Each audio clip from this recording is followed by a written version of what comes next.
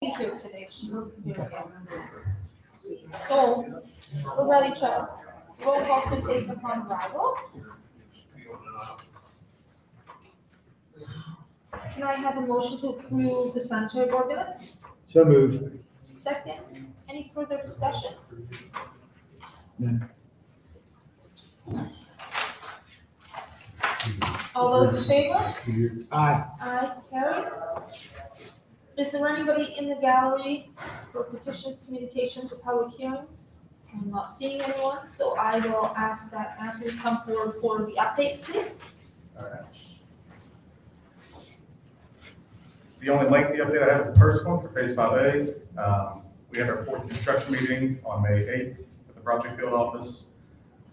Work since last month, it's been completed. They filled in the large pit or hole, whatever you want to call it, down at the triangle intersection. Got the sewer tied in. All the sanitary work in the triangle intersection is complete. The contractor supposed to go back and set, I think, 3 drop inlets and get those lines tied in. But for right now, they're going to continue working up Pike Street towards McDonald's. They've dug through the contaminated area where we had those bad soils where the old gas station used to be. The plume was bigger than we anticipated, bigger than it was on DEP's map that they sent us. So we overran that quantity a little bit. We've made some other efforts on the job to try to save some money as well, so we're going to wash this out. Contractors also encountered some lateral connections that are bigger than 4-inch. We directed them to tie in with whatever size line they find. They're going to incur a little bit more cost to do that. So maybe at the next meeting, I may bring a change order proposal to add bid items for them to tie in 6-inch and 8-inch lateral lines to the main line. They sent me a proposed cost. It was $10 to $20 more per foot than the 4-inch. So. And we've eliminated some lateral connections. Other than the big problem that they had at the intersection with the hole, is the project otherwise on schedule? Otherwise, yes. Had it not been for that, they would be exactly on schedule, correct? Yeah, they'd probably be close to getting to the Y by now if it wasn't for Okay. all that mess down there. Okay, that's my question. Okay. A while back, we had met with Independent and asked them to provide a cost to repair the damaged line near the bus garage. They finally did send us a cost. I think Drew has it on the agenda. Their quote was for $30,000, but they didn't specify if that was for nighttime work. I did confirm with them that it is, and I think the agenda item is not to exceed $40,000. If we just, in case we run into something over there that we didn't find. 10,000 contingency? Yeah. Also in Phase 5A, we have pay application number 3 being presented today. I think it's in the packet. It's for $231,088.50.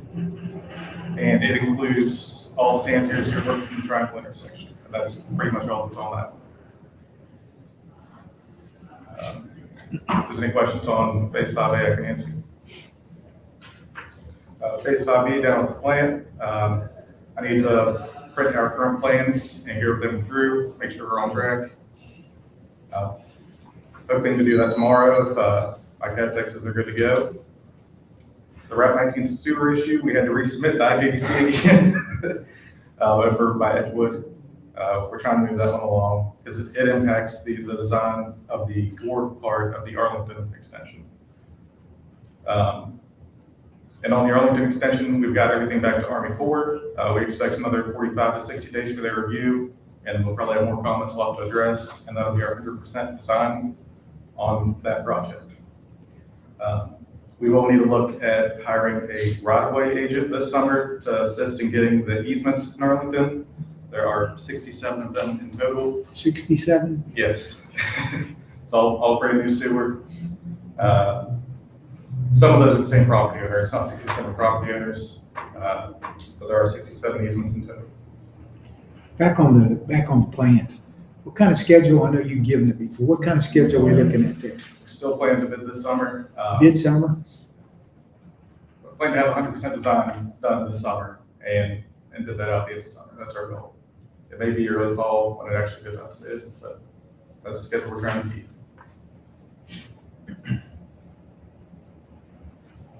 That's my updates on projects.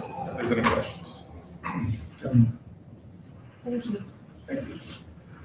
Next, we have the consideration of contractor pay application number 3. I make a motion that we award contractor payment number 3, request for payment number 3 to Independent Enterprises, Inc. in the amount of $231,088.50. I second that. Any discussion? All those in favor? Aye. Aye. Next, we have the Thrasher invoice for phase 5A. Okay, I'll make a motion that we award the contract for Phase 5A for Thrasher Engineering, approve payment of the invoice in the amount of $19,260.46. Second, any further discussion? All those in favor? Aye. Aye. Next, we have phase 5B. Okay, I make a motion that we approve payment of the invoice from Thrasher Engineering from Clarksburg Phase 5B in the amount of $64,250. Second, any further discussion? All those in favor? Aye. Aye. Next, we have the Thrasher invoice for the Arlington Sewer Extension. Okay, I move to approve the invoice for Thrasher Engineering for the Arlington Sewer Extension in the amount of $40,000. Any further, I second, and any further discussion? All those in favor? Aye. Aye. And next, we have the agreement for Wolf Summit Energy Sewer Extension. Good afternoon, Madam Chair. For the Public Service Commissions that approved the alternate extension agreement, closed that case. So we are rolling on. Everything's ready to go. Recall that these are all pay-forward contracts. The developer is going to put the estimated cost of the planning, design into our bank account. We'll pay out as we get invoices from the very expensive engineer, and same with the construction. So happily, they've already asked for our contact information to put that money in our bank account. So we're moving forward with this project. Great. Thank you.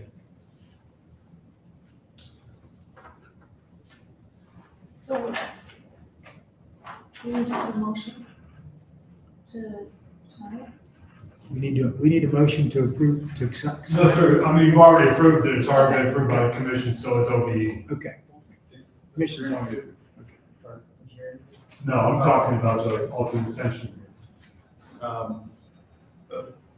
The engineering agreement is for Thrasher to design, bid, and manage construction for the extension to Wolf Summit. And our portion covers sewer there by Menards off the Joy Street exit, across CSX, and then to the north side of North Ohio Avenue. And then they're gonna pick it up from there and take it the rest of the way. So that's, you're asking for our consideration of this agreement, correct? Yes. In that agreement, basic services, design, bidding, construction, and post-construction totals $160,000. Additional services, which is surveys, geotech, construction stakeout and permitting, that is $70,000, and RPR inspection services is $50,000, for a total agreement amount of $280,000. Okay, I can make a motion that we award the contract for the Wolf Summit Energy Sanitation Extensions to Thrasher Engineering per the agreement that they submitted to the board and subject to review by our attorney. For our attorney to take a look at it. I'll second that. Any further discussion? All those in favor? Aye. Aye. Carried. Next, we have reports. I don't have anything as far I as. think we got the bus garage, don't we? Oh, sorry, I skipped Yeah. right over that.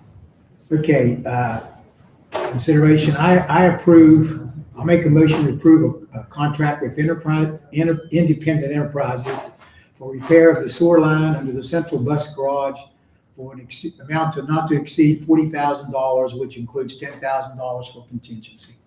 I'll second that. Any further discussion? All those in favor? Aye. Aye. Next, we'll go to reports. Mr. Pryor, did you have anything to add? Just any update on the appointment? I'm going to bring, we've tried again, couldn't find anybody, I'm gonna have to bring a change to council to approve in the charter. I would like your input on if we wanna have any sort of construction background, finance background, any requirements for that position, or do we just want a member of the community? Be nice if they had some background, either engineering or accounting or with some kind, maybe even a professional of some kind. I don't know that, Isn't there a requirement for that already? There's a requirement for them to be an They engineer, have to be an and engineer, unfortunately, we've searched for how many months now? several months. And haven't been able to find anybody, and what I'm hearing when we talk to people, the concern is if we work for an engineering firm and we sit on the board, it precludes us from therefore doing work for the sanitary board. And that seems to be That's See, what I've heard. the, Mark Limbo was, he just worked for Hope or Consolidated, so it was never a situation like that for him. But I'm just concerned if something would happen to me, I couldn't conduct any business. We've got a $10 million contract out there. If you couldn't, I mean, it's something we really need to, it's not like one of the other boards and commissions, we're talking some major bucks here. I'd just like to see if it gets and in all fairness, we do have, experts, engineering. engineering Yeah. firms we use and staff. So in my opinion, what would be, based on your expertise, is actually some of the financial role is almost as important. Yes. For what we do here all the time with the projects, the increases to the rate, or someone who has some sort of a legal background as well, but we do have a lawyer, like a professional of some sort, but I don't think we need to limit it to simply an engineer. Well, they used to be, it's because it used to be in West Virginia State Code for that. And then Right. they've changed, they've eliminated that position. So new sanitary board is not required to have one sitting on the sanitary board to change that code. I agree with Tiffany that, we've had Thrasher, well, for as many years as I can ever remember, and, we've always had an attorney. So, I mean, it would be nice to have somebody with a financial background, but there's a lot of people in the community, a business owner in the community Yeah. that basically has a stake in the city, that would be good too, so. But that would be up to how council wanted to structure the ordinance. And if there's, I believe if there's any objectors, then it has to be put on the ballot. Yeah, we talked about this in the last meeting. Yeah. So I think we're gonna have to move forward with that because we need another member. Okay. I'll just make sure we get that started. True? For the month of April, we treated approximately 319 million gallons of wastewater. We took an additional 299,525 gallons of septic and generated $11,970.35 of revenue. We received our permit back and our comments back, and working with Mr. Stranko, he's going to discuss in his comments. We're going to have to do some fighting on some of the stuff that they have stuck in our permit. The one thing in the permit that we're trying to fight is the fluoride, and I'm currently testing the West Fork River for the next 10 months. In the sewer update, we received a new well pump. We're still waiting on the camera and trailer. They're expecting to be delivered in August, October. We're still over Broadway, trying to locate a line to tie in for a new garage going over there. We did work on Taftarosa Drive, locating sewer lines up there, making spot repairs, and we're going to tap in a new house. Then we're going to have Thrasher come out and camera all the lines and map that out, since we have no maps of Taftarosa Drive. We named a new foreman in Josh Oldacre. We're also hiring right now for a sewer laborer. So 2 out of 3 issues that we're currently facing, major issues, over 34 sewer lines going to get lined in the upgrade, and now the bus garage is going to get repaired out of R&R funds. Budget-wise, we've made all major purchases that we've had scheduled with the sanitary board, and we're continuing to work on this year, upcoming year, fiscal year budget. I'm revising what I had before with new prices and tariffs. The budget should be completed here soon. I just sent an email out to meet with Ken and Sheree here in the next couple of weeks. June, will the budget be submitted to us at the next meeting? Yeah, the next meeting we have to pass it, so Yeah, by I should 15. have it here, be able to email it out to you here in a couple weeks, month. I think sewer wise and wastewater wise, I'm pretty done, pretty much done. Thank you. Larry? Tim, do you have anything to add?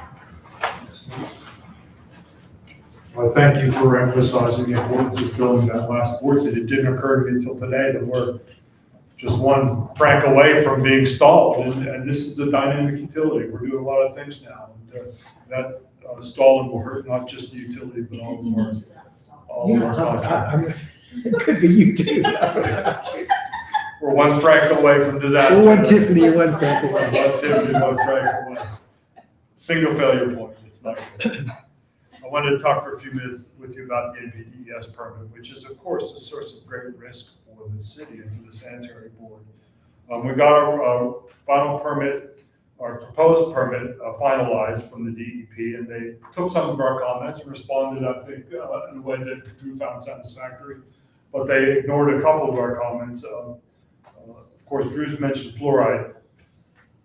We're entitled to use the assimilative capacity of the receiving stream. In other words, there's a certain level of fluoride that the West Fork River can handle. We don't know what that is, and the DEP doesn't know what that is. They used default stream conditions to assume how much fluoride we had to remove from our waste flow. Now, it's not a small thing. The risk here is, I don't know the engineers in the room, but I mean, it's not hyperbolic to say this is $1 million risk. We're talking about reconfiguring the plant, reconfiguring our treatment system to remove the fluoride. We don't have a design, but this is our one over the world guess. This is a big risk for us. So our goal with this permit is not to appeal the fluoride limits, but to get them modified by incorporating in the analysis the in-stream conditions in the West Fork. As the mixing zone, the amount of dilution. There are a lot of other things that the DEP has not allowed us to use to calculate a fair fluoride limit. Drew's already started on a testing regimen to profile the stream, so we'll know better what we have to do to protect the receiving waters.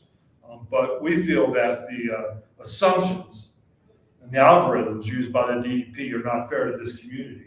We deserve and we will insist on real in-stream conditions before we spend whatever amount of money we have to spend. Our happy goal is that we would get the dilution and mixing zones incorporated and not have to remove fluoride from the waste stream. But we don't know that. We'll do the science. And then we'll go back for a permanent modification once we have the science settled. Any chance that they will not agree to it? Any Oh, chance? sure. There's always a chance that they'll be unreasonable. Which means that's gonna be a big liability for us, right? That would be another permit appeal if they deny our permanent modification application. But we have to move, unlike them, Frank, we gotta move with that. We've gotta actually do the testing, and Drew's doing that right now. Yeah, I have to come up with a plan, start with a plan by September and submit it to them of what, and we have 3 years to implement if we have to treat it. We have to have something So you built have in place. 3 years to implement it?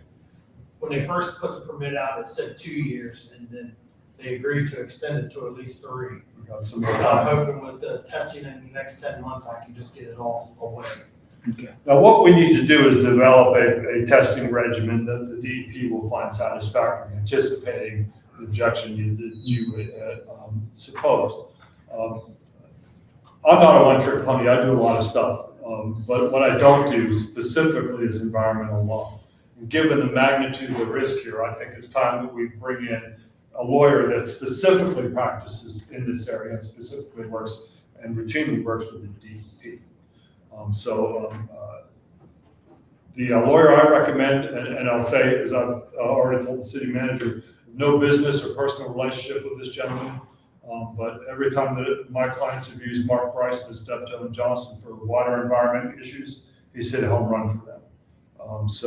He's diligent, smart, and most importantly, I think, has got a great relationship with those regulators in DEP, that Charleston cabal down there. That's my recommendation if you choose to accept it or not. If not Mr. Bryson, I would continue to recommend that we get a lawyer who practices specifically environmental Can you law. submit something to us that we can approve for Mr. Rice? I have an email, I got an email from him yesterday, and you have a copy of that. Okay, I'm sorry. So you can read that at your leisure. We don't need an approval today, but we would like to get started on this. If we could get the city manager, and I'll check with the city attorney, but I believe the city manager can hire consulting attorneys as in this case. Again,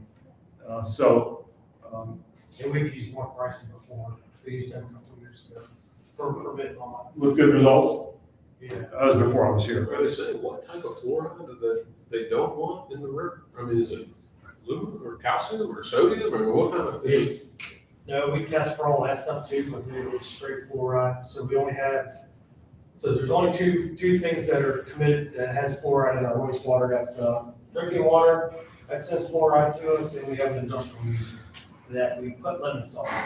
So, But we also think fluoride is naturally occurring. fluoride is naturally occurring. Mhm. So I have to keep testing the river, and if it's a low amount in the river, then they'll obviously take our limit of 1.4, which is human health factors, what they're using. Take the 1.4 and we'll go back to just monitor only. I saw an alert earlier from Associated Press. Give me one second. Yeah, Robert Kennedy's big on getting. Yeah, well, I sent it to Chad Sigmund, the water board, and it says the U.S. health regulators have announced plans to phase out fluoride-containing supplements, sometimes used to strengthen children's teeth. I don't know if that relates to anything. The backstory there is that in West Virginia, you can't take fluoride out of the water treatment process unless you get written permission from the Board of Health, the State Board of Health, whatever they're called now, the Bureau of Public Health. So we are asking, Clarksburg is asking, what's the standard? You know, what are the considerations? And what we support is local community decision making. And the other frustration point I have with that is I've looked at other wastewater plants around and nobody else has a limit on fluoride or has to test for fluoride, which is the frustrating part. That just makes Drew feel bad, but in fact, it's all about the West Fork.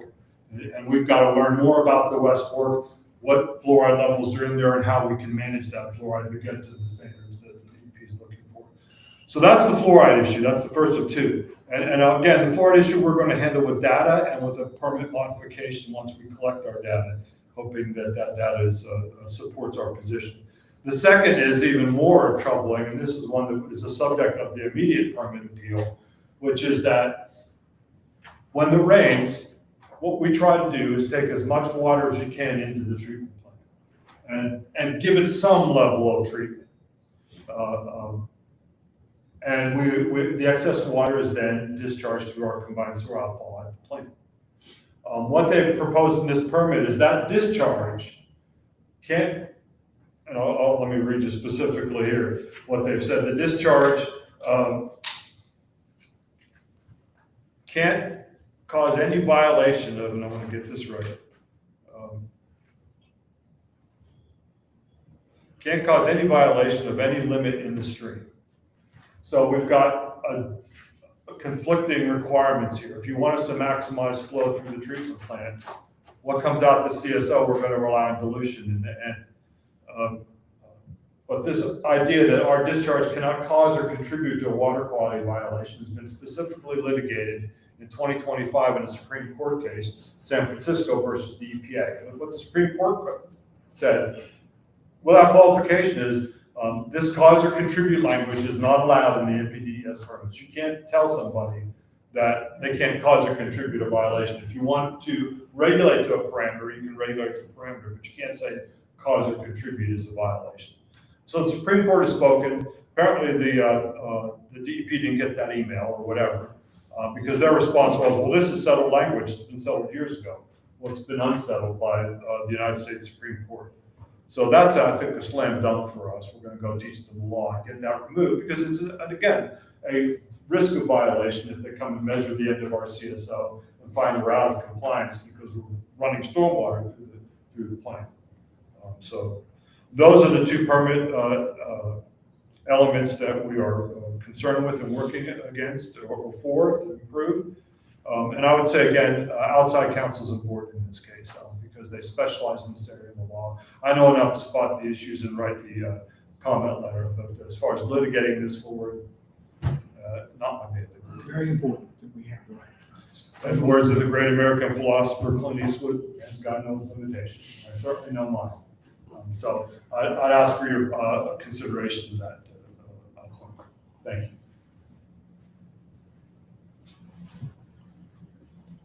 Next we have Anthony, do you have anything more? I do apologize. I thought the Wolf Summit agreement had already been sent out. I didn't know it wasn't sent out.